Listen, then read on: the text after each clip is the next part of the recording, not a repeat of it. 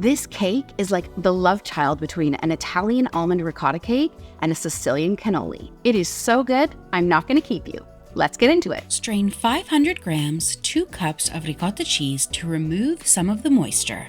While your cheese is draining, be sure to give it a taste. You want to check the level of the salt.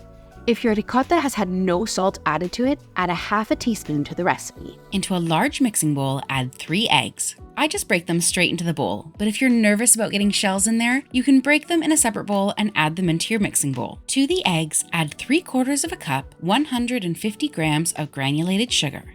It's time to whisk it up. I'm using my stand mixer with a balloon whisk attachment, but you could use a hand mixer or just a regular old hand whisk. You want the eggs to whip up and become really light and fluffy. It will even change color and become paler when it's whipped completely. You're looking for this ribbony consistency.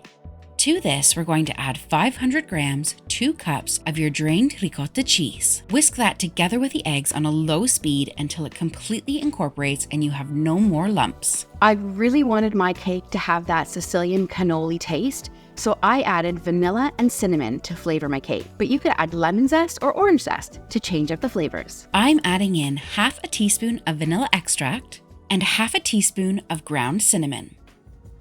This is best baked in a 7-inch springform pan, but I only had an 8-inch on hand, so that's what I used. A 7-inch will just mean it's a little bit thicker. My easy trick for lining a springform pan is to lay a piece of parchment over the bottom of the pan, then pop the top ring on and lock it into place. You can trim away the excess, but I find it's easier to slide the cake off once it's cooled with that little bit of extra parchment hanging over the edges. Preheat your oven to 175 degrees Celsius or 350 degrees Fahrenheit. Scrape down the sides of the bowl to make sure everything is well incorporated. To the mix, add 100 grams, half a cup of mini chocolate chips. I'm using mini chocolate chips for this recipe because I love how they distribute more thoroughly in the cake, but you can use regular sized chocolate chips or chocolate chunks if that's what you have. Finally, sift in 65 grams, half a cup of potato starch, and then gently stir it into the rest of the mix. And if you can't find potato starch, you can just as easily swap that out with cornstarch or corn flour. Once it's completely combined, pour it into your pre-prepared springform pan.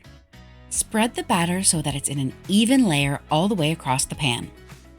This is going to bake for 45 to 50 minutes. If you notice the top is getting a little bit too brown, you can cover it with some foil. This will prevent further browning or burning on the top of your cake. Doesn't it look amazing? Don't worry, the center will sink down a little bit, and that's completely normal. You'll want to let this cool completely before you demold it. Then remove your springform ring and slide it off of your parchment. When you're ready to serve, sprinkle with a healthy dusting of powdered sugar. This is traditionally served in Italy for breakfast with a frothy cappuccino. And if you like cake for breakfast, make sure to hit the like button down below. You could make this even more special by topping it with some melted chocolate or Nutella. This is by far one of my favorite ways to start the day. If you're looking for something a bit more nutty, you've got to try my Italian almond ricotta cake. Be sure to hit the subscribe button because I come out with a new video every week. See you next time!